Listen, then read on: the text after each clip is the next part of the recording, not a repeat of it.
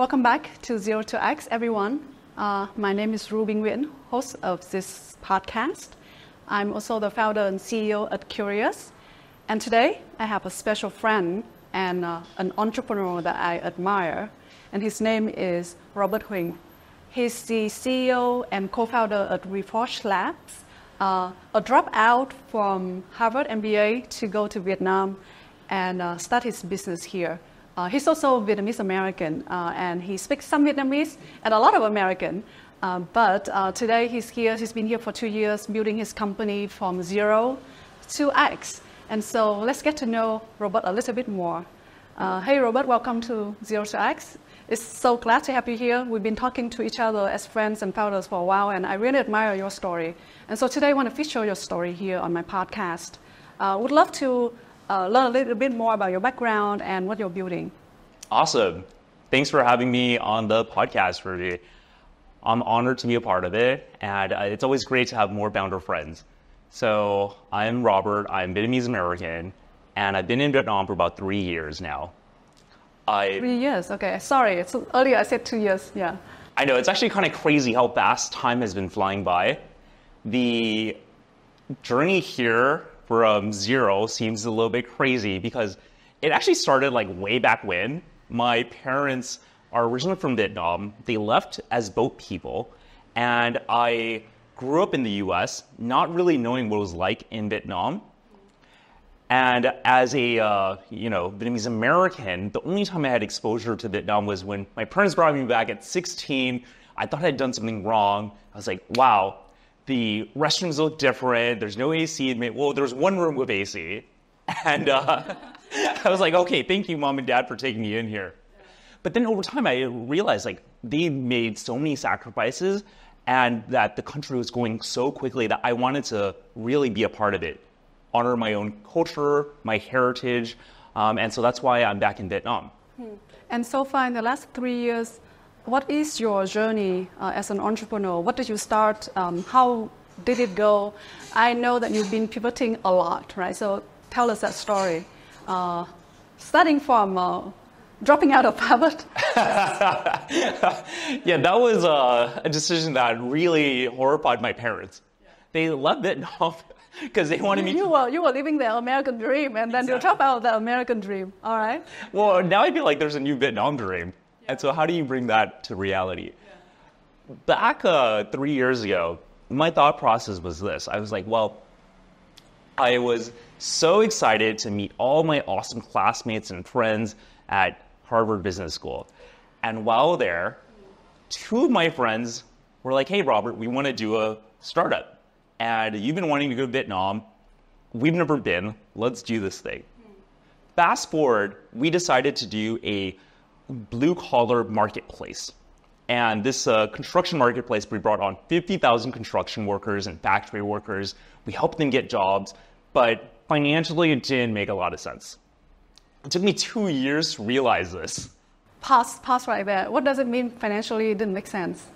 Yeah, so the thing that I didn't realize is that people hate paying middlemen. So we were asking the employers, large construction companies, factories, to pay us, a bit of their daily pay to these workers. Mind you, these blue-collar workers, let's say you're Thợ Sơm or Thâm, you're paying them $450K per day. It's not a lot of money, so there's little room for you to take a slice of it. I see. They'd rather directly go recruit these people off of Zalo groups or Facebook groups. Yeah. And so my journey there came to an abrupt end about a year ago when my co-founders decided to go back to business school. And I spent some time thinking like, okay, so I spent 2 years in Vietnam eating really great food and getting to know awesome people like you, Ruby. But did it make sense for me to stay in Vietnam or go back to the West Coast? I'd spent 9 years in the US at really big tech companies. Most recently, I was working in Google's moonshot lab. We call it X. And just like from 0 to X, X is really trying to grow and do what is radically different at the intersection of technology and real impact. And so I loved what I was doing back then. But once you get the startup bug, as you know, Ruby, it's hard to go back. Is it hard to go back? For me, it's actually, you're right. I can't imagine me going back, not being an entrepreneur, but I would never say never, right? How about you? Is it hard to imagine going back to Google and work for Google now? Yeah, I mean, I love what these large companies are doing. They do a lot of great for the world. Starting from my time at Microsoft, how to make the world more productive through all their productivity suites, what we're doing at Xbox, head-mounted devices. I love that. I would never say never, right? Yeah.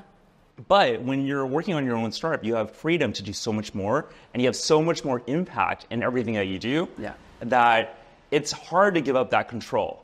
And when you're building your own team, your own culture, it's just amazing because now you're working with friends and it's something you're truly passionate about.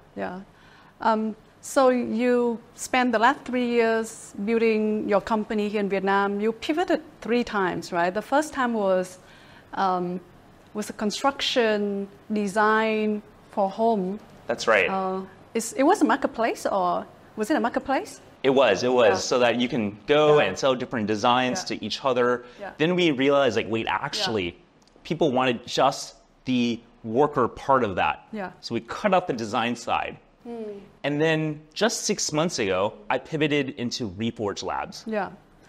Talk about that pivot, because you pivot from design and construction for home enhancement and then go through blue collar marketplace. That's right, Ruby. You go from that to, the first 2 things connect to each other, and you go from that to game, right? And even in this game startup, you have another pivot already. So I would love to learn about how you figure out what you want to do, right? It's very important, the what and the why, and then how you figure out that there's another pivot needed right here. Ruby, when I was back in the US, I was so naive. I felt like, we're smart people, very capable, the team of 3. We can go there. From Harvard, very impressive background. My co-founders were very impressive for sure. And we were like, okay, cool. We can copy this thing that I saw working in the US and do it in Vietnam. Along the way, we realized we cannot copy and paste and use something in Vietnam just because it was working elsewhere. Right. And we made those micro pivots within that, but we realized actually the model doesn't work. We fundamentally need to rethink fundamental model doesn't work. And that's why the co-founders went back to the business school. But for me, when I was at that point a year ago, I was like, okay, so I could go back to school and just reset, do this thing again, and maybe follow down that big corporate path. But I still had a little bit more fight left in me. I was like, I want to keep on working on this thing. I see. Is it the fight because you're a part of you is Vietnamese? Exactly. Right? I think Vietnamese people are so tenacious. And they're just go-getters. A little bit stubborn. a little bit too hard-headed, yes. And so you had the fight, and now you're taking the new fight. But I was like, okay, if I do this again, it has to meet a couple conditions. Because when you're in Silicon Valley, you're like, okay, I see all these people getting rich every day by doing some crazy little app, and they become millionaires overnight. To do a startup, you really have to put in not just 1 year, 2 years, but 5 years, 10 years to really build a business. And if I'm doing that, it's not going to be something that I fell and stumbled into, like construction and blue collar work, which I care a lot about, but it's never been my passion. Right. So I said, okay, Ruby, ask me one, something I'm actually passionate about, something I've done since I was a little kid, video games, board games. 2, it has to be something that I'm actually good at. I realized that building a marketplace and connecting blue-collar workers, interior designers, it's really not that tech-enabled. As much as I wanted to call it, because we love those tech valuations. I know. we all try to present it in that light, yeah. So this time I was like, okay, so it has to be actually in AI. Yeah. But more importantly, is that you got to do it with the right people. Yeah. And I had an amazing team in the beginning for my first startup. I want to keep that going. So I've recruited my best friend here in Vietnam, Oscar, I've recruited one of my old roommates, and really, like, we've all just gamed together a lot. So I've seen how they react in all sorts of situations, whether you're winning or losing, you're all on the same team. Playing games together, a great way to test your co-founders before you actually co-found a company. I agree. That's what they should be doing. That's actually a good test. Yeah. So your decision for the new business is to gotta do something that is really connect to your heart, to who you are, not just making good money out of business, and then you gotta do it with people that you really deeply care about or love and admire. So those are the two things that you were talking about. I mean, you love playing games, but how do you know that you actually built for this business? Do you know that already, or it's gonna take time for you to figure out? Yeah. So Ruby, I thought it was like, okay, just because we're really good at games, you know top 1% and a bunch of stuff, we're like, okay, we can just give ideas and people will eat it up. Yeah. Doing a B2B business is really different. So originally I saw all this cool stuff in game dev tools. What that means is like, hey, I want to make the process of building a game faster, easier, and just more fun, right? And just let's make more fun games. Problem is, we haven't really been in the business of making games, and so we were approaching it purely from the AI perspective. And so our first idea was, let's create levels.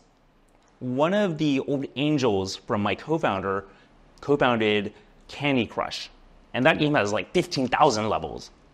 And we're like, okay, we can generate levels with AI. I used to be addicted to that, Candy Crush. And so many other people are too. It's a great game, really easy to learn, difficult to master. And so we were like, okay, but you can make more levels so that it's even harder to master. These things that we're selling to game studios, the core of the game, it just is really difficult to sell into. If you make tools, the idea is that you don't have that box office risk. Meaning, like, when you have a new movie like Avatar, Right. maybe it's a flop, maybe it's not, who knows? Even if it's from a famous director. Yeah. Same thing in games. If we sold game tools, we were like, oh yeah, everyone will use this regardless of their success. But the truth is, it's a long sales cycle and integration process. So the game might be a flop and you lose that customer testimonial, which sucks. Right. And the chance of a game winning for a studio is like 1/10 or 1/20, right? Exactly, so exactly. you're taking a very bad bets. Big risk, but even worse is that they felt attacked. Yeah. Would you do something that is like creative and try to replace it with AI? The game designers, they're like, no, we don't really want that. Yeah, you're trying to replace them. Exactly. So now what we realized was like, okay, after 150 conversations, the game studios, yeah, like 3 of them signed up. We got a large AAA game studio. We got a large publisher. Yeah. But they actually all told us the same problem. Like, we need more players. And so to answer your question, this is a super long response, is that we made these pivots, whether it was through the interior design, construction, blue-collar marketplace to what we're doing now, just listening to your customers. I see. They told us something, and honestly, me and Oscar were like, oh, advertising. Do we really want to do advertising? Yes, advertising is what you're doing now, right? Tell me a little bit more about that, like an elevator pitch. We generate video ad campaigns, manage them, and optimize them for you. Wow, that's awesome. And how do you do that? We do that using AI. So there's 3 different models that we build out. The first is a text-to-video. So think of that as like Sora from OpenAI. Second model is a video-to-video editor. So you can upload an hour-long of video gameplay and we'll automatically slice it up to the most interesting bits. And then finally, we have a performance AI that learns what's working in the advertisement, the video, and we make it better for you. We auto improve these ads and rotate them, iterate through all the videos that you might have. That's awesome. That's really pioneering, providing the AI, new AI technology is being out there, and video, AI generated video is actually quite mind-blowing with the current development, especially Sora. So I have a follow-up question with the story you've been telling. Number one is, You seem to listen to a lot of customers' feedback and then decide to pivot. I am actually more curious about what is the feedback inside you, like as an entrepreneur? I mean, all those are data from the outside, but as an entrepreneur inside, how do you reconcile all this constant change within yourself? That's a really good question, right? I think when I think about the changes that I get, the feedback that I get is really from my team. When I left Google and all these big corporations, I really wasn't managing a big team. The first year of managing people in Vietnam, the team started ballooning because we realized that we needed a lot of folks to build what we were doing. Yeah. And the feedback that I got and the way that I learned was really in my leadership style. How to think about managing your team by not managing them. What I mean by that is letting people do what they do best. Yeah. Getting out of the way and setting really clear directions and visions so that we're all running at the same goal. How big was the team? And Yeah, we grew to 20 people back then with about 10 part-timers on the team. Those are like contractors, vendors so that 20 we would plus have. 10 part-timers. I see. Yeah. And right now we have 9 folks on the team, 7 full-time, 2 part-time. Yeah. And what did you learn about letting go of control and let people do what's best and collaborate among each other? It's so hard. Like, oh my gosh. I think. And by the way, I just want to understand what is the composition of the team? How many of them are Vietnamese? How many of them are from overseas? Yeah. My old team was all Vietnamese. I see. The only ones that were foreign was me and my co-founder. It's really hard. I mean, I'm just going to share some personal experience. Yes. Vietnamese culture of work is very different from American culture of work. Yeah. I mean, the idea of autonomy is amazing, but if it's a very young Vietnamese group of talents, it's very hard. I've been in that shoes that you've been, managing team from, I mean, in my past companies, my first company, I managed a team about 30, and then another company, Elsa, my team grew to 2 interns to 70 people. Wow. And then when I joined Vietcetera, it's like 100 people, right? And so in every company, I always have this aspiration of, I want to be a delegator. Yes. And I don't want to micromanage. I hate micromanagement. At the same time, I also learned that there must be certain context and time that you got to be a controller. That's right. And then only when you have very senior level of talent with deep level of expertise, good management, that's when you can actually be a delegator. So I actually understand the story you're talking about. It's so hard to play that role. Yeah. That's right. That's right. And I'll add on. Yeah. I think like what you described is probably the most important lesson, right? Like in big companies, what I experience is that you start off as an individual contributor and you have a decision at some point, like you're doing really well, you're getting promoted, you're doing awesome stuff. And your manager's like, okay, Ruby, you've been awesome. Let's make you into a people manager. Yeah. And that step is so different because you want to manage others like how you've been managed. But it's a totally different skill set. Yeah. Because as an individual contributor, you're rewarded for actually doing the thing. Yeah. But now you're letting go and delegating, and that's scary. Yeah. I think the key that I learned is knowing what each individual contributor on your team needs. Because you're right. Yeah. I try to be all laissez-faire and give everyone freedom and big span of control, but then you realize like some people usually need a micromanage. Others you can give them more space, and that just depends on where they are in their own career. Yeah. Yeah. Exactly. And you gotta personalize it for every individual on the team, and when you're growing really fast, you don't have that capacity. Exactly. You know, I think one of the things that sucks about startups is that if you, and let's be real, in the very beginning stages, you really don't have very much. You don't have a lot of money, you don't have a lot of brand or prestige or anything. And so you hire who you can. Yes. Yeah. And at some point, let's say the startup keeps growing and it's getting better, you're like, okay, well, I need you to perform at your very best. And even if you do, I don't have time for you because you're trying to run and do the thing. And even if you were able to do great work under ambiguous circumstances, I might have to hire above you. And that sucks because in a startup, like, you're constantly growing. So I think also recognizing that, hey, I might be a really bad manager in the beginning is also a part of it, and also being more kind to yourself. Because I was so tough on myself because I was like, this is not the person I want to be. This is not how I would want a manager. I see. Yeah. So that was actually a big struggle for me because I was like, at times I was like, I don't have time for my team. I want to see them grow. I want to develop them. Yeah. So what I've done now is I've actually kept a very small team. Yeah. And I want to keep the team under 10 full time and not grow it at all until we have like the appropriate managers and care for each individual. That's actually been my biggest learning over the 2 years. Actually, we come to the same conclusion. For my team right now, I still want to keep it like as small as possible, and ideally also under 10, ideally under 10 until we can exit. But we also have like an army of freelancers that we can tap in AI to help us optimize and increase our productivity. Yeah, there's a lot of talk about one person unicorn, right? That's a little bit too idealistic, to be honest, but the concept is like a very small team that can do a lot with the AI. What do you think about that? I love that. Yeah. That's exactly it, Ruby. Like, why? With AI productivity tools, everyone on my team can do multiple roles.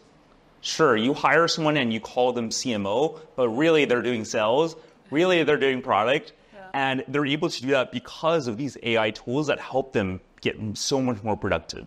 Yeah. So I think the key to survive nowadays is actually being fluent in all these new tools so that you can become 10x or even 100x in your capabilities.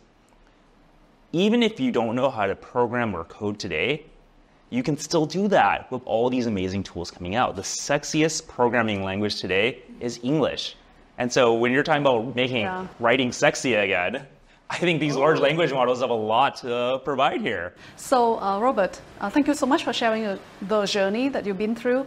And on 0 to X, that's one of my favorite questions. Sometimes my guests like it, sometimes they don't, but I always ask, is about the biggest failure in their entrepreneurship journey. And not the PF version of failure, but a version of failure that you actually feel real pain in it. Might leave you a scar or really big lesson for you to carry forward into your life and your business. And so tell us what it is. It's a tough question, Ruby. I know. That's why I love it. And if I were to get away from the PR answer, right? No one wants to hear that. Yes, yeah. I would say that my biggest failure is probably more of a personal one. I would say that I kept telling myself a lie. Every single time people are asking me like, oh, Robert, are you dating anyone? Or, hey, when can we hang out? I would always tell them after fundraising, after my MVP, after this launch. And there's always something that is so important and so demanding that you always have something there, right? Yeah. Exactly. What I think is funny is that I think that there will never be an end to this thing. It only gets more and more high stakes. It's like playing a video game. You just finish this level and the next level is harder. And then the next level is even harder, right? So how do you, why is it a failure, by the way? And how do you think about this? You know, I thought I had learned this lesson like way later in life. Yeah. Back when I was in the corporate world, I'd spent like 8 years going through these big companies. And what these big companies do is that they give you a level. You're like treated like a Pokemon. And you've got to level up every single time. That's great for retention of employees. It was great. I love games, right? So I was like, yes, I want to be a level 100 Pokemon. And so every year I made sure like to do all the right things to get promoted. And I did. I got promoted every year except like 1 year, which we won't talk about that. Okay. But I was looking for that same thing. Like when I was doing the startup, I was like, okay, I want to keep leveling up. And then I could finally start my life. At 9 years into my career, I realized like, wait, actually, quantitative measures of success is like, it's not doing it for me. I say my most important value is my family. Calling my mom, my sister, spending time with them. It's hard for me to actually do that if I wasn't prioritizing them, because they don't give me a scorecard. They don't say like, hey, Robert, you've been a bad son today. That's very nice about your mom. I know. I wish they would do that and give me more feedback, because I like feedback. Some other mom would give you a really hard feedback like that. But it's good for you, but it's not so good for you. But it's true. It'd be like, maybe after a few weeks or a few months, like they don't say anything. But after a few years, you know that relationship has deteriorated. Yes. And so in my, like, right before I turned 30, I started thinking like, wow, I need to schedule this and actually plan out time. Put it on your calendar. Exactly. I do the same thing. I have to put it on my calendar, or else I wouldn't call my mom. It's so bad. Calendar is really the person running me, right? Yeah. So I thought I'd learn this lesson of like, okay, well, what's my real value? And like, let's make sure my calendar actually maps to those things. Spending time with family instead of work. When the startup started, I was so swept away with it that I always said like, okay, I will delay this thing because it's such an important launch now. I will skip the gym because we need to make one final push. Oh my God. And I only realized this when I stopped and paused and was like, wait, I'm fat again. My relationships suck. Like, what's going on? Oh my God. I really feel you. Because, I mean, most entrepreneurs, especially when we're young, we go through the same journey of just delaying personal life until that come back and bite us. Maybe you got really sick or you got really anxious and depressed because you are not keeping a good type of your health, and also relationships are a part of your mental health as well. And so when they come and bite you really hard, then you realize that hard lesson. So when did it bite you? It bit me that second year. Second year? You know, I think adrenaline will sustain you for quite a while. Right. Like, oh my God, this great thing happened. We got some customers. Yes. Traction is probably the biggest thing that keeps you going. Yes, yeah. I wasn't in love with the space we were working in originally, in construction and real estate, but I love that we got to help people. Mm-hmm. We matched people with jobs every day, 100 matches a day. And it was exciting to see people like send in messages like, oh my God, thank you for all the help. Yeah. And really like show like this community is valuable. Yeah. And those are the people who have very unstable jobs, right? And so when you can find them a job, that's a meaningful thing to do. Exactly. I felt like I was running like this social venture and it was really cool. Yeah. But when the money stopped coming in and the traction stopped, I also fell into this deeper hole of like, oh, well, what's really driving me? Mm. And at the end of the day, it's going to be your core values, your family, your support network. Mm-hmm. And I feel like my personal failure was just not keeping that up. I neglected my personal network. I neglected my friends and family and loved ones. Mm. And so I think that the lesson that I had there, and I'm still honestly working on it, I'm not perfect. Yeah, definitely. I'm still, neglecting a couple of things. It's like, oh, sorry, Ruby. By the way, Robert's mom, if you're watching this, you're welcome. You should call him and scold him. Anyways, I'm kidding. She knows I call her every day now. That's the one thing I've kept up with. Oh, that's great. That means you have fixed that problem. Okay. My Bang Wai just turned 100 this past year. Uh-huh. And so my mom has unwittingly become a caretaker. And so when I get to call my mom, I get the double benefit of seeing my grandma. I see. She remembers me most of the time. That's sweet. Yeah. Wow, 100 years old. That's really nice. I hope I have her genes, so. You do. How is it better now? And what created the difference? Yeah. So I don't know if it's better right now. We're 7 weeks from launching our new startup. So it's been a little bit crazy, but it's also now putting hard deadlines and things that I must do. So, for example, I must take breaks, and I will spend time for myself. I think what is different is a level of maturity to have a little bit more self-love and self-compassion. Things that, when I was in my 20s, like I had no regard for. Yeah. I used to think it was like so cool to like talk about like, I worked so hard. I spent so many hours up at night. And I'm like, what was I thinking? I just wrote a bunch of jokes about first-time founder and end-time founder. Right? And first-time founders always brag about, oh, this week I work 100 hours per week. I don't need sleep. But then I talk to like really, really experienced and successful entrepreneurs. They're like, I sleep enough. I exercise like 10 hours per week. Mm-hmm. I have my own personal life. I spend time with family and friends. And there's such a huge difference.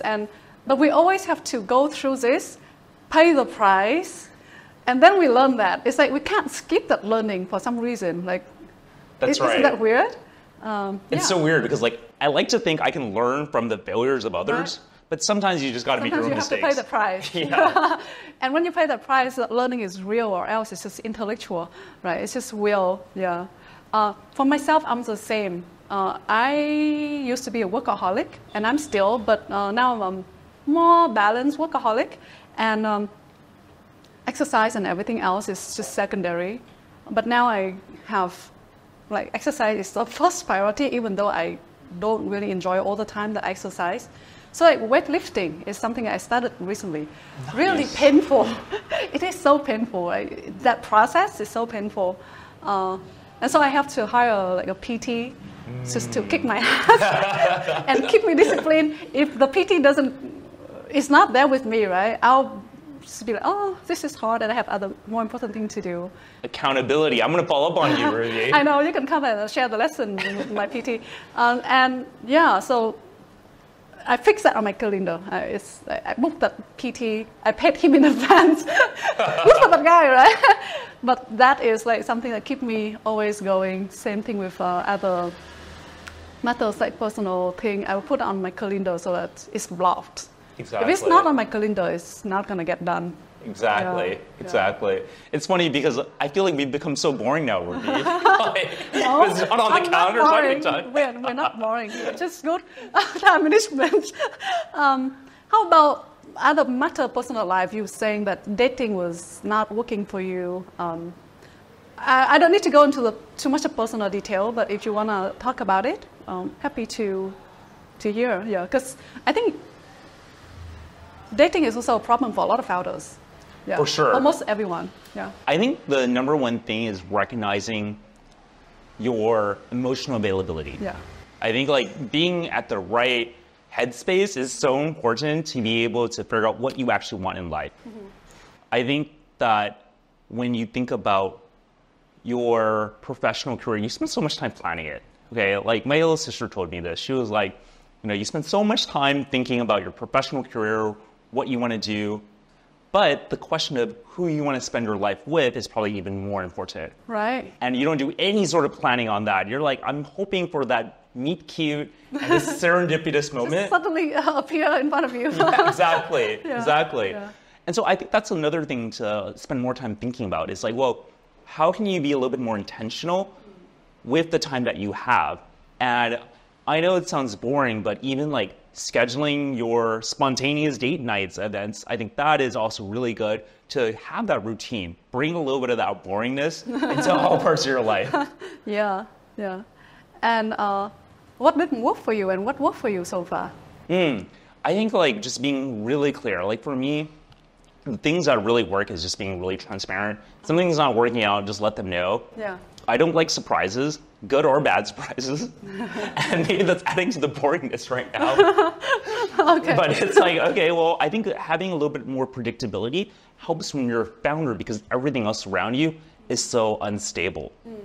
So having that bedrock there allows that foundation to really grow and become something even bigger. Mm-hmm. Actually, I'm like you. I spent a lot of time thinking about this in the last 2 years. About relationships, not just dating and romance, but also friends, family, relationships with colleagues, like just the people that I work with or interact with in my core circle, right? And I told you this before. I'm actually a nerd about this. Like in my free time when I do cooking or cleaning or makeup, I always listen to podcasts. Like, I'm a podcast junkie. And the podcast I listen to a lot is about love and relationships and the science behind it. And so all those informations help me reflect on my past relationships as well. Like all the relationships I've had in my life, the good one and the failed one, and that it helped me to consolidate into a stage now where actually the most important thing for me to do is to build relationships. Including relationships at work, right? Because I realized that relationships at work is the people you spend the most time with, actually. That's right. Right? And I want to make sure that we build a community where people know each other well, support each other well, not just work and get something done as a transaction. So that's also the point we talked about earlier, where we need to have a very small team to be able to do that. If it's a huge team, you don't have that capacity and the care that you can give to people. I'm a nerd about this. I listen to most of the important podcasts about this, and I read a lot of books about this as well. Yeah, that's a benefit of making mistake in past relationships and work. Yeah, I love it. Yeah. I think it's so cool because I think it's also like something I've arrived at as well. Yeah. I want to be a little bit more boring in my relationships, whether platonic or otherwise. Yeah. The key thing for me is communication, and specifically for a work relationship or romantic one, I think it's conflict resolution. Yeah. You're always going to have fights. Yeah. And so how you resolve fights, like if you tell me that you're going to, take a few days to go away and think about this, okay, fine. But if you just ghost me, it's like, okay, this is a problem because I don't know if this relationship is going anywhere. And there's a study by Harvard, a very long study, tracking people through decades of their life. And in the end of life, the quality of people's life and their health is actually the quality of the relationships that they have. Right? That's the one single factor that indicates the quality of people's life over the long term. So that's a topic I think about a lot. I mean, it's not business, but it's actually very business, because I realized that when I become a better relationship builder, my business is so much better.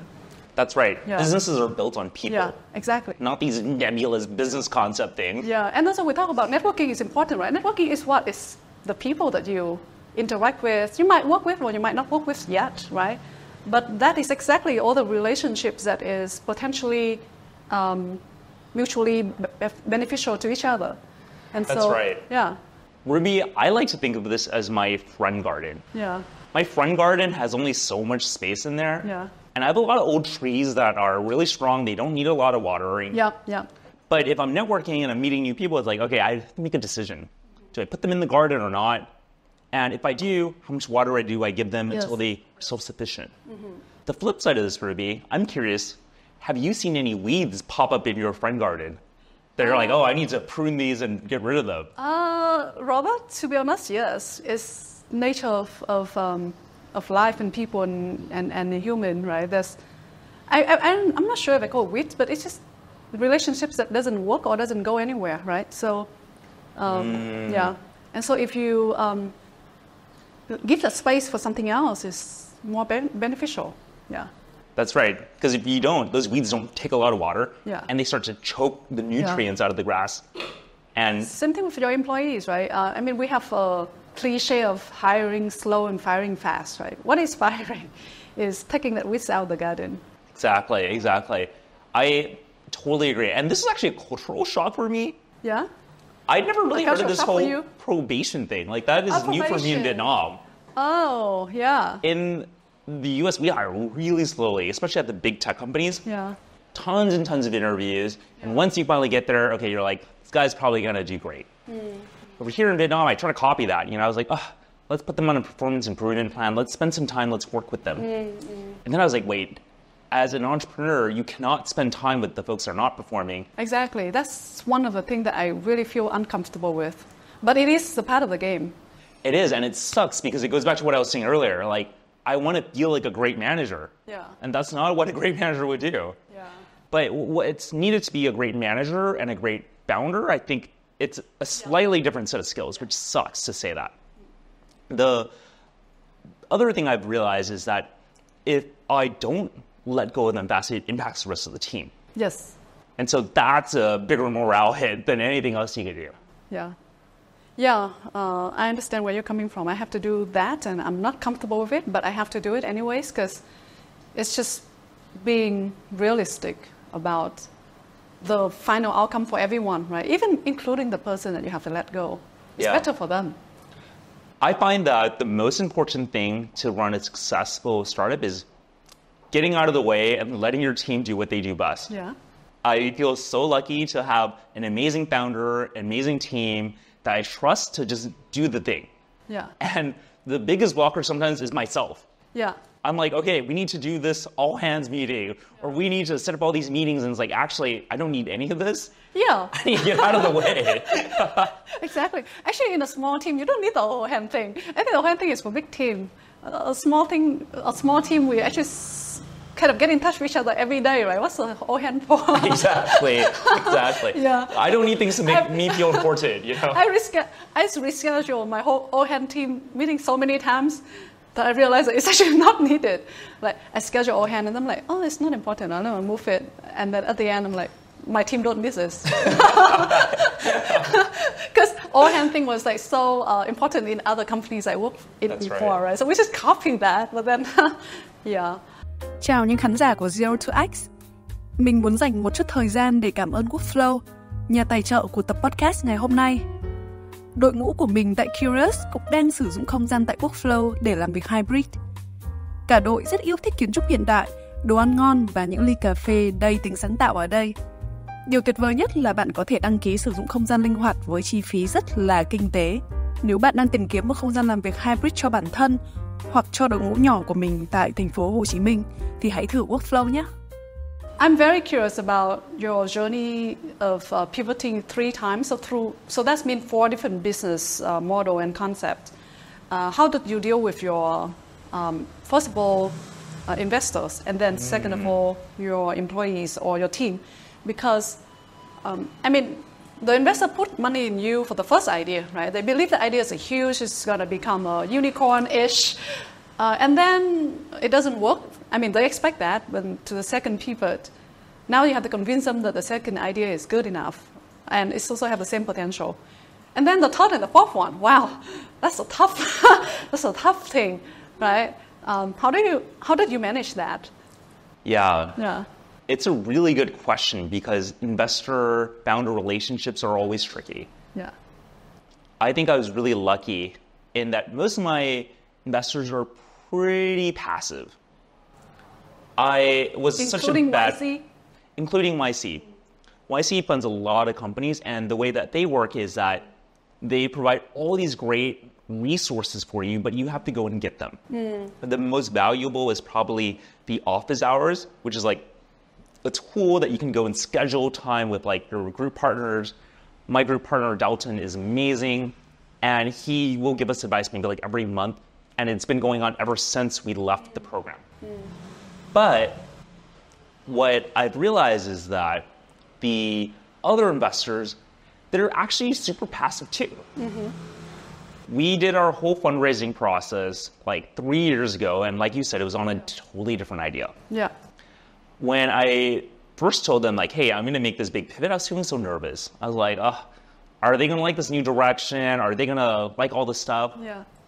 They didn't really care. Okay. I got like no response. I'm like, cool. That sounds like a good idea. You were lucky. All right. Yeah, keep going. Maybe I'm lucky. Maybe I'm not. I was like, I almost wanted them to be like more like angry so I can get more feedback. But what they told me... No, you don't want that. Trust me, you don't want them to get angry. Okay. I raised a lot from angels, like my old boss and friends that were in the industry, other founders. Yeah. And what they told me was like, Robert, we actually thought the idea was terrible. We made a bet on you. And this is really like, you go there and think of this as we raised $1 million originally, and it's almost like $1 million for 4 years of your time and the rest of your team time, that's a deal.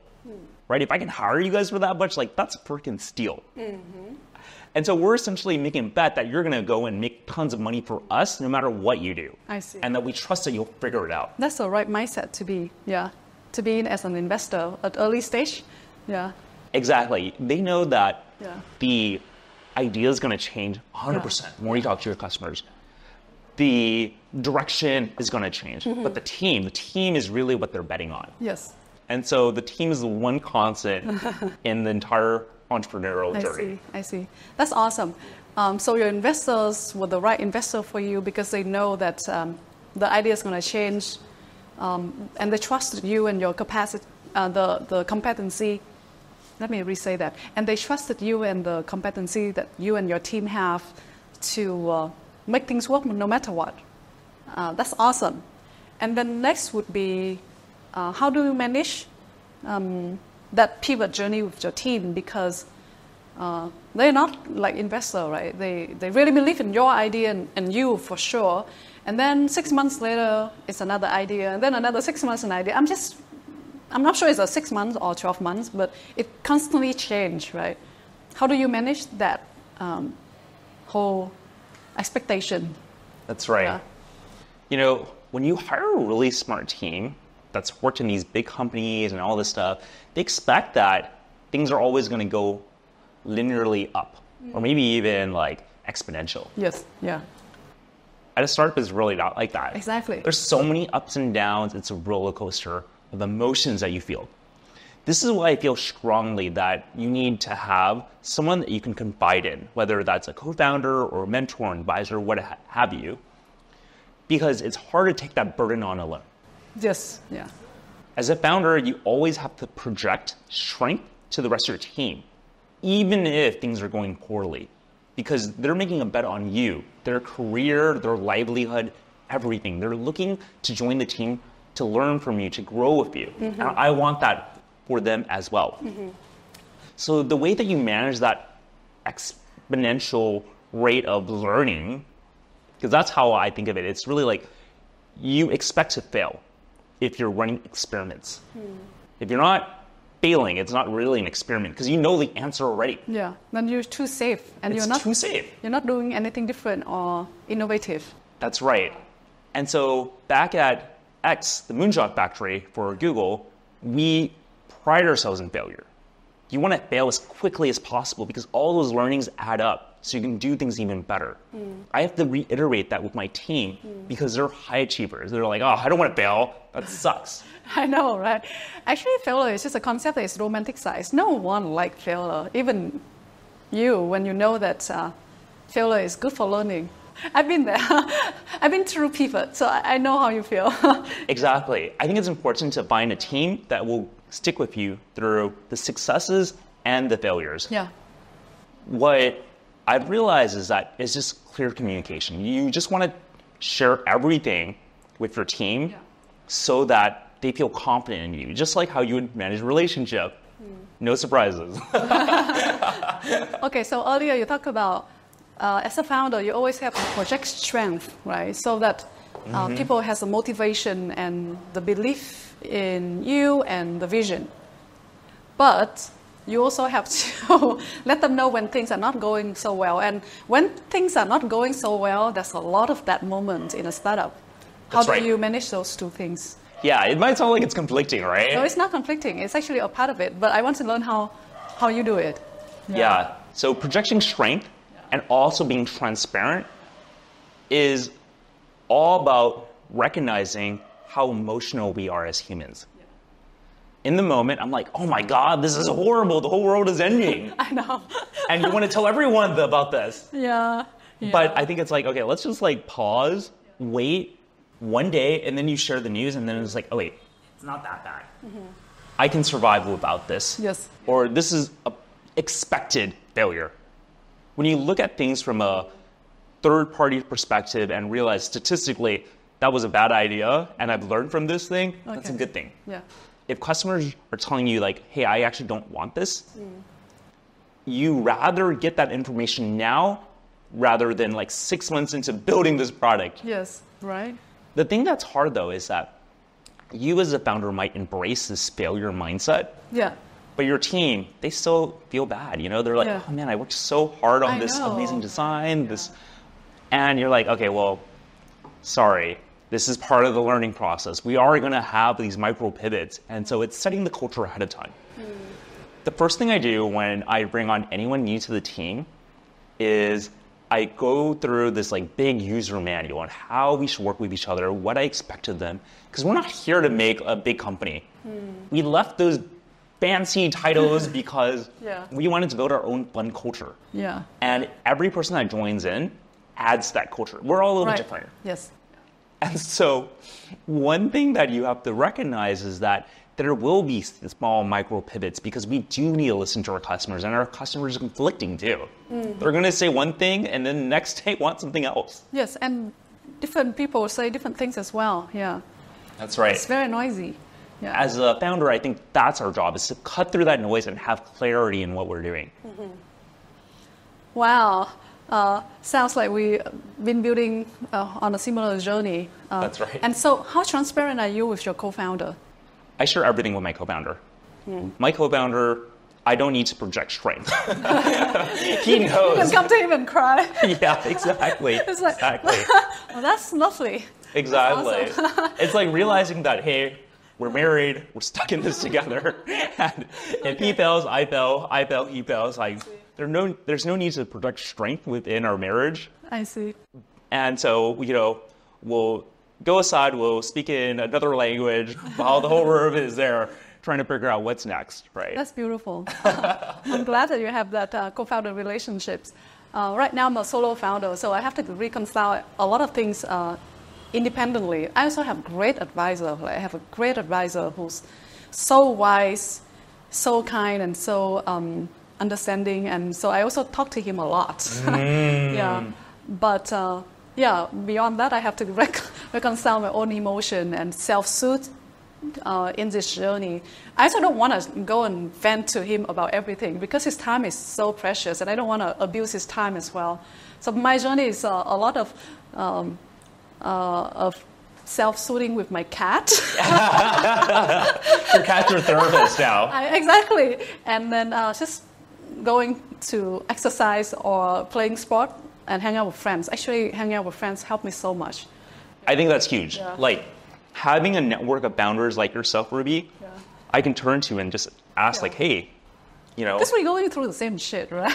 Exactly. all same shit at different time, but we understand that, Exactly. I think once you get into the startup community and you go through the shared experiences that we're all going through right now, you realize wow, I'm not alone. Yeah. There is a community. Yeah. And we can learn from each other. And so I think that's really powerful. My favorite pastime is going through and be like, these investors suck. And we all recognize this.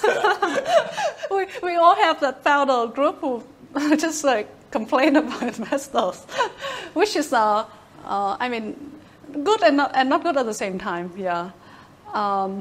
This is why I do Zero to X, because I want to bring this conversation up front. So that other founders, this is really a conversation between founders to founder, and for founders actually. And so this conversation can be brought up front, that people who are on the same journey, who doesn't yet have a community, can have some place to learn and share the experience. Yeah, I love entrepreneurship so much. I really love it, and I've been on it for 11 years already.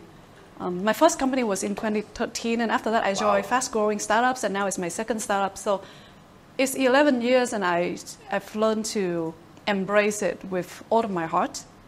And that's why I want to do this for other founders. I love it. Yeah. Ruby, by doing this, I think you really help a lot of the founders out there find a community. And it helped myself too. I love it. So every time I do it, I'm happy, and I got to meet people like you. And I get to invite really amazing entrepreneurs onto my podcast and make new friends. Thank you for having me, Ben. We talk about failure. We talk about your journey. I'm still curious about how confident you are. This is going to be a challenging question to answer. How confident you are that the current thing that you're working on is the thing? That's a really great question. Yeah. How confident am I this is the thing? Yeah. I know it's not the thing. You know it's not the thing? It's not the thing. It's going to change. Okay. And why I say this is because every single day as I talk to customers, they're telling me something a little bit different. And it's helping me really hone in exactly what is going to be the thing. The biggest blocker in running forward is just making assumptions that, hey, this is your biggest problem without talking to the customer. For example, we're very, very topical right now. As I build out my video AI campaign management system, I thought that the performance part is going to be huge. People really want to know why a video is viral or why an advertisement is effective. Actually, most of the people I talk to, they just don't care. And it's a 10-year-old conversation, Robert. Why are you trying to figure out attribution? I only care about the results. Yeah. And so then I started changing what I was doing a little bit.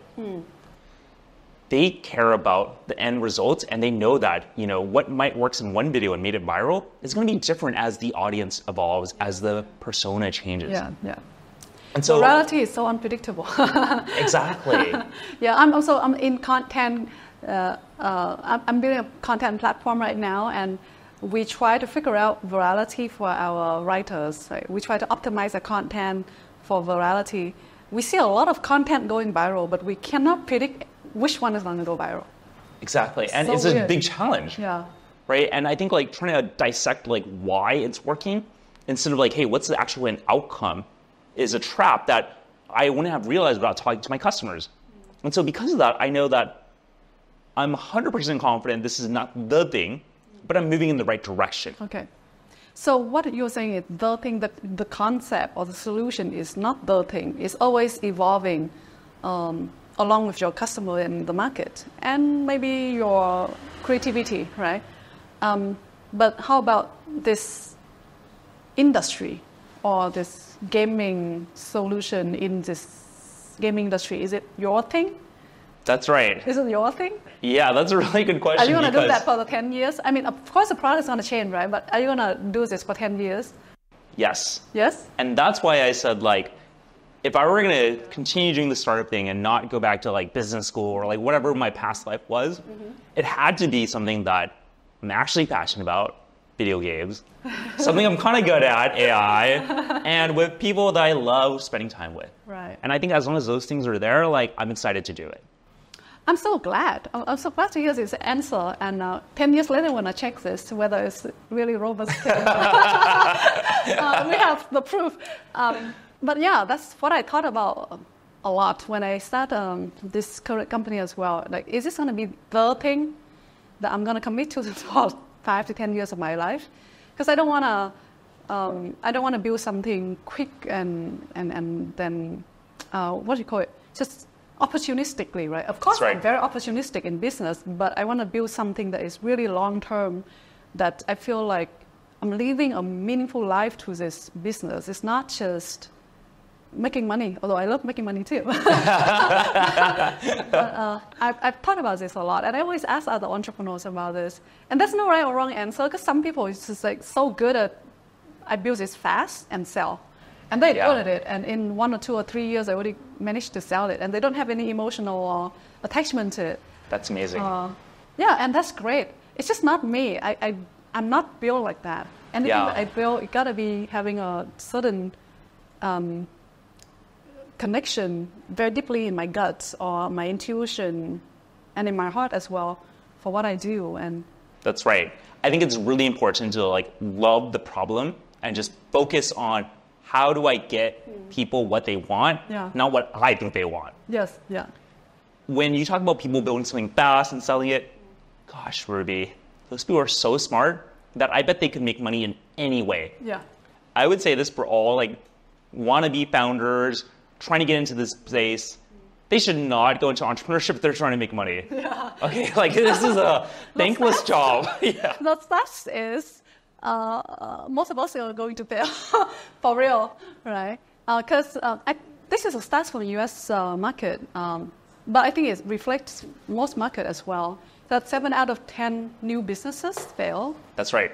And the VC model like us is 11 out of 12. It's pretty tough. You only fail 3 times, so it's not the people, right? I mean, if we call it failure, then what it is. Yeah, you only fail 3 times. Exactly. And what I would add to that is the thing is, you are still surviving, and you're gonna keep building until you figure the thing out. That's right. That's right. And so I think it's so important to just keep going after what customers are telling you. And if you ever stop listening to customers, I know like that's when you're like, okay, I built the thing, and you get too cocky, and then someone else will take over your business. The biggest thing that I've realized is like, I'm not going to beat the statistic. If I come in with this cocky mindset. Every entrepreneur thinks I'm not the statistic. Ruby, I was like, I'm so smart. I can definitely, be the 1 out of 10. We have to be humble and focus on like our customers because they're really the ones driving the conversation here. We gotta remove our ego out of this and try to listen to the customer. It's funny. Like I thought about this recently with decision making, and too often we tie ourselves with the results of the decision. And there's this whole like science, like decision engineering process.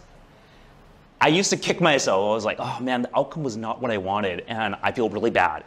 Instead, you should realize like every single decision is probabilistic. Yes. And that things are going to happen. If you're successful, who knows why? Yeah. If you did the wrong thing, maybe you're still successful. Yeah. But I should always be proud of the process that I used to get there. Yeah. And stop associating my own identity. Because as a founder, you tie your name, everything to the outcomes. And that sucks. Instead, I need to tie my identity with the process that I used to get there. Yeah, I'm thinking about the same thing because you can never control the outcome. And also you need a lot of luck to be able to be successful. And luck is an element that is very elusive, right? We want to think that, if I do the best, et cetera, I'll be very lucky. But still, that's a very elusive element of this journey. That's right. Making the right decision is something that you can do a lot to control. And as long as the process of making decision is a good process, I think you'll be able to figure things out. Exactly. I think about that a lot too. Like that's my obsession recently. Just I listened to the podcast by Jeff Bezos talking about decision making. I'm not going to go into the details right now, but yeah, that's one of my favorite talk about decision making. Yeah. Please send me this later. I'll send it to you. So Robert, you moved from US to Vietnam, build your company together with your co-founders your past co-founders who've now moved back to US for business school. And now the business that you're building right here, right, seems to be, your customers are going to be based in the US. Your investors are also in the US. So why are you still here? That's a great question. And honestly, I love the food here. Bánh hỏi, mì Quảng. Come on, guys. Come on, guys. Come on, Robert. Give us more. I know it's not just the food. What else? I think there's just something really exciting to be in Vietnam right now in 2024. It's this hub of energy and excitement, and I know I can't get this anywhere else. Nothing feels like it does right here in this moment. The hustle. Can I interrupt you? Yes, please. I feel the same thing. I feel so energized by Vietnam. And I feel so energized by Ho Chi Minh City in specifically. I feel like it has a similar energy to New York, but it's in a different way. I don't know how to explain it. But every time when I watch the city at night or in the morning from the window or from a high-rise building, I just feel like so in love. Yes, yes. And I know what you how you're describing this. At the same time, right? So much money they're investing in startups in Silicon Valley, and in Vietnam or in Southeast Asia. In the current condition, it is so challenging. It's very, very challenging. I mean, on the PR version, people can say, "Oh, it's recovering," and etc. But behind the scene, when I talk to other investors, their sentiment is still quite pessimistic. 100%. Whenever you enter the party and it's already a big roaring party already, you're not going to be as established as if you were there when things were ugly. Yeah. I think establishing ourselves here, even if things haven't fully recovered, is going to be really powerful later on, 10 years down the line. But because of that nature of the business, having customers in the US, talent in the US, capital in the US, I do feel like I need to spend more time there and maybe split a little bit more time outside of Vietnam. For that, I realized that, especially in the Gen AI space, the Dogpatch neighborhood in San Francisco is where I need to be. It's like all the big headquarters are there, from OpenAI to Anthropic. YC even moved up from Mountain View up there. And it just feels like that is the right place to be right now for capital, for talent. But the excitement, the energy, the hustle, I need to be here in Vietnam to still be energized and really balance the personal. How many people on your team are here in Vietnam? I have 5 folks here in Vietnam and 2 in the US. I see. What I find is that balancing that is so tricky. Yeah, that's the next question I was going to ask. How do you balance this? It's half a world away. That's right. 2 different culture, right? And also the idea of splitting time makes sense on paper. I've kind of tested it out a little bit as well for myself to go to Silicon Valley and explore that opportunity there. It is so hard to build networking relationships when you're not always there. That's right. So anytime when I make new connections, a few weeks ago I have to go, right? It's like there's no nurturing that is real in real life anymore. Yeah. And there's not a lot of things that we can do when we're half a world away. They throw a party and we're like, oh, I'm in Vietnam, right? It's so true. And they invited me a few times and I'm not there, I'm done. They're not going to invite me back. That's right. How do you get those continuous invites? How to solve this problem? Oh my gosh, Ruby. Okay, so tactically, I think it's doing things that, honestly, I was a little bit uncomfortable doing in the beginning. Yeah. It's just getting more active on social media and throwing the bat signal. Whenever you see the bat signal, you know Batman's coming. I now try to throw out the bat signal whenever I'm going out in different cities so that it's like, okay, let's meet up, let's hang out. Yeah. So making it really clear with communication that I'm available and I'm intentional about this. I let people know, like, hey, it's been a long time, but I want to make sure these connections are still intact. I think what's lucky for me is that I spent like 9 years working on the West Coast, so I still have a strong network there. Oh yeah, you were at Google for 9 years. Google and Microsoft, so kind of jumping between the 2 big companies, but it's different, right? Now I'm moving towards more of a startup entrepreneurial community, which is different than the big tech community. It's slightly different geographically even. Like when people say Bay Area or Silicon Valley refers to like South Bay, which is like an hour away from San Francisco proper. And San Francisco, that's where a lot of the big startups now are moving towards. And so there is a recalibration of the network. But I think like more tactically, getting back to that, is just going out there and planning things yourself. Ruby, you're such an awesome community builder that it attracts other folks to the cause. And I've really, patterned myself after you too, where I'm like, okay, how can I bring people together? Yeah, I love bringing people together. I love hosting small parties, not big parties. That's right, yeah. And those small parties are really intimate ways to get to know each other. I do this with board game events. I love to bring people and have them play small board game events because I love to see how they think. Yeah. And so how much time do you split? Like how much time here, how much time there? What is the main activity you do there? What is the main activities you're doing here? Yeah, it's hard to say right now because every month, every year is a little bit different. I would say that the activities I'm really focusing on is landing customers. If I'm in the US, I want to talk to customers, I want to talk to investors, I want to talk to folks that can really build the top of my business. When I'm thinking about the US, it's also where my family's at. So a lot of the times it's like, I'm so excited for my sister's graduation. I'm so proud of Rachel. She's graduating this June. And so like being there for those special moments was something that like a year and a half ago, I didn't let myself do. A year and a half ago, I would have been like, oh, I need to land this fundraising thing. Okay, sorry, I need to skip this wedding. But now it's like, these moments are only happening once. I know. So if they're happening, like I'm gonna be there for you. Oh, that's awesome.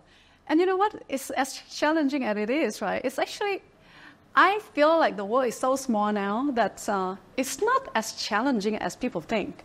So a flight from Ho Chi Minh City to SF is 14 hours if you go with Vietnam Airlines, which is reasonable, low cost, right? Mm-hmm. And then that's basically like 2 movies and a few naps.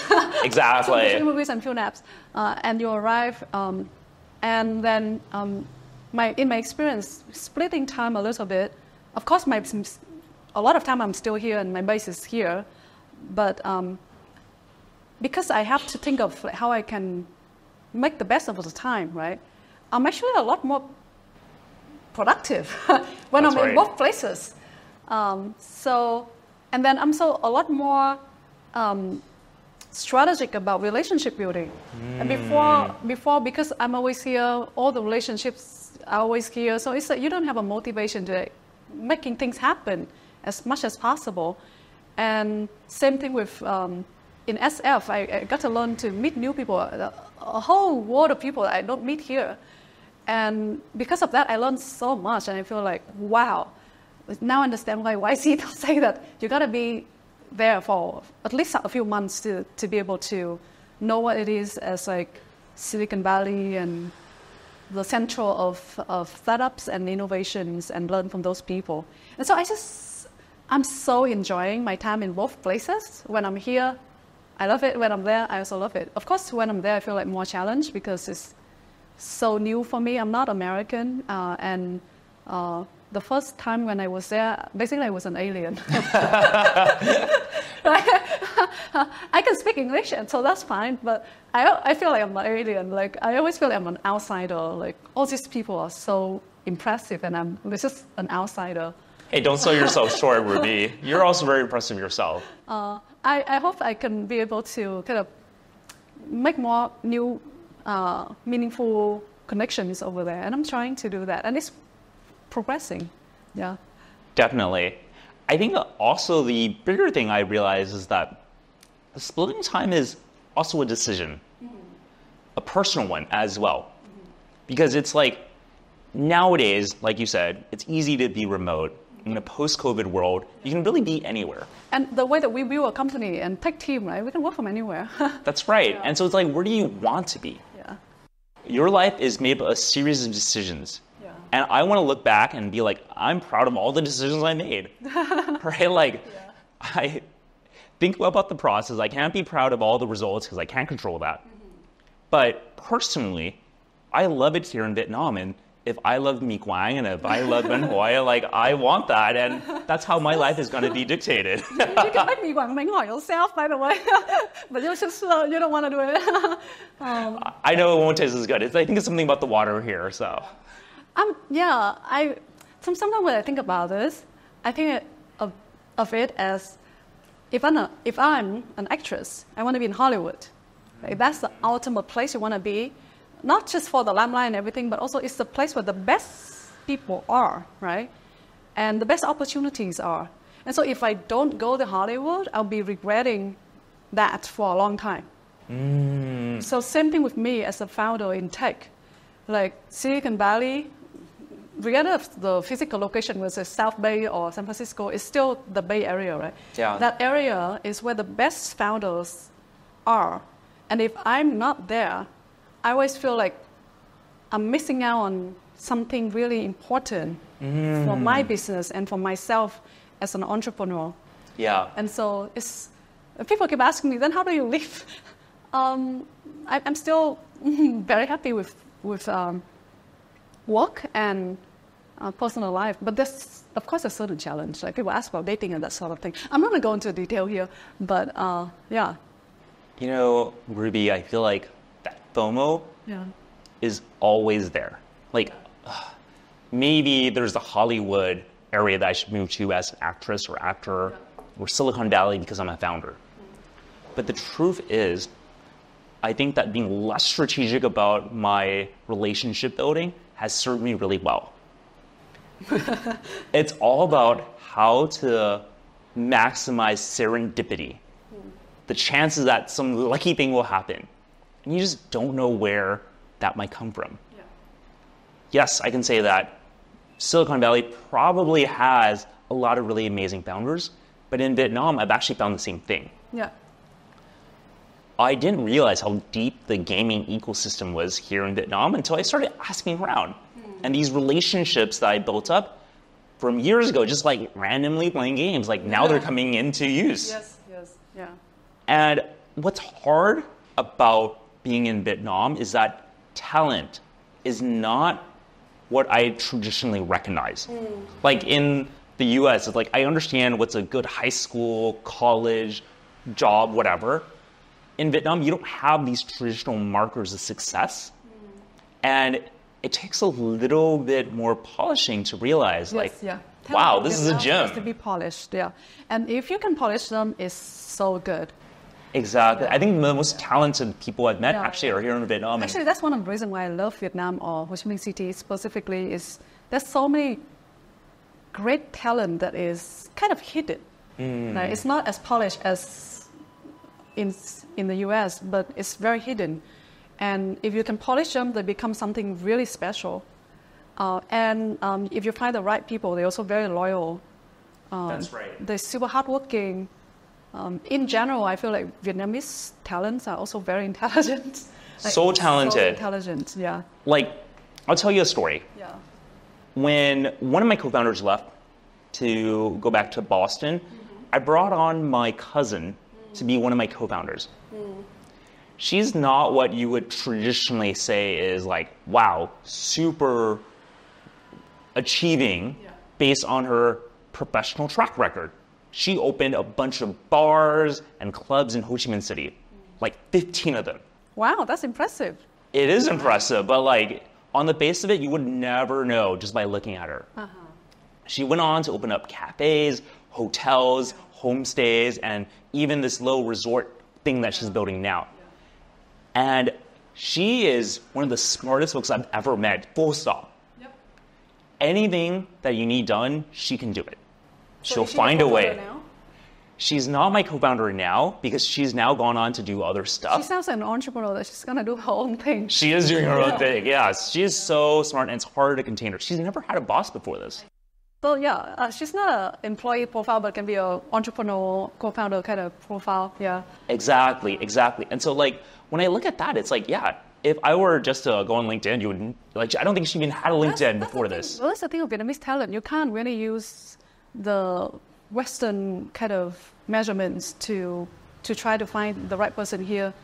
You always have to dig a lot deeper, and sometimes they have a lot of talent, but they don't even know how to sell themselves. That's right. Which is great, That's by right. the way, because you can if you know how to find them, then you'll be ahead of competition, and the cost is a lot lower. If they're talented and they're very good at selling themselves, then you're gonna pay a lot more. That's right, yeah. Just being pragmatic as an entrepreneur right here, but it takes a lot more work. Yeah. I love talking to you, Robert. We've talked about so many things. As always, I always learn a lot from you when I talk to you about your business. And I love that we're sharing similar learning and journey. So before we end these conversations, I just want to ask you a few quick questions. So just answer in like 30 seconds, TikTok style. Okay, yeah, sounds good. Number one is, do you have work-life balance? We talked about this before, but I'm still going to ask. And how do you define it? No, I do not have work-life balance. I have work-life integration. So I define that as there are moments when I know I will be unavailable personally, unavailable professionally, and I just let other people know about that. So having dedicated space. And what is your favorite form of learning, and how do you keep learning as an entrepreneur? I'm a visual learner. I love these quick videos, these quick explainers, and I always learn by talking to other people. Just the other day, I was talking to someone over lunch, and she told me about decision engineering, and I just nerded out on that. I was like, I need to learn more. Where's my quick YouTube, TikTok video on this? I see. Send me that link. Next would be your favorite books or podcasts, actually. Yeah. Oh, okay, so... Besides my podcast. I was going to say, that was the easy one there. No, I'm kidding. So, yeah, what is it? My favorite podcasts and books are honestly not about business or anything professional. I love trashy Star Wars books. So, trashy Star Wars book. Oh, I see. Yeah. These are like made for like probably teenage boys, and I love reading them because I love the Star Wars universe. Wow. Okay, that's cool. Yeah. There was a time I used to love watching trashy reality TV shows too. It's the best entertainment. Yeah. And when you are very stressed out, what is your favorite way to manage that? Cleaning. Cleaning? I love cleaning when I'm stressed out. Like, give me some dishes. Like, I'm all about washing dishes when I'm stressed out. Okay. All right. That sounds perfect. And lastly, if you can have a billboard, if you can put a message on a billboard, and that billboard is going to be displayed everywhere in the world with one message, what would that be? Be a little bit easier on yourself. Have some self-love. I feel like all of us are high achievers here, and like we're way too hard on ourselves, probably because my parents were also very hard on themselves too. Yeah. That's a message that every entrepreneur needs to hear, but never learn fast enough. That's right. Lovely. And thank you so much, Robert, for the conversation today. I hope you had fun. I had a lot of fun. And all the best. Thank you so much. The new big idea with Reforged Labs. Thank you so much, Ruby. I've learned so much from you too, so thanks for having me on. Thank you. Cheers. Cheers. Hey, những người bạn doanh nhân của Zero to X. Chương trình podcast này được làm với rất nhiều tình yêu từ bản thân mình và những người trong team của mình. Tất cả mọi người đều tình nguyện thời gian của họ. Nếu bạn thích chương trình này thì hãy mua tặng tụi mình một ly cà phê. Tụi mình đều là những con nghiện cà phê. Nếu có sự ủng hộ của bạn thì tụi mình sẽ làm ra những tập podcast mới phê hơn nữa. Hãy check out link ở trong description nha.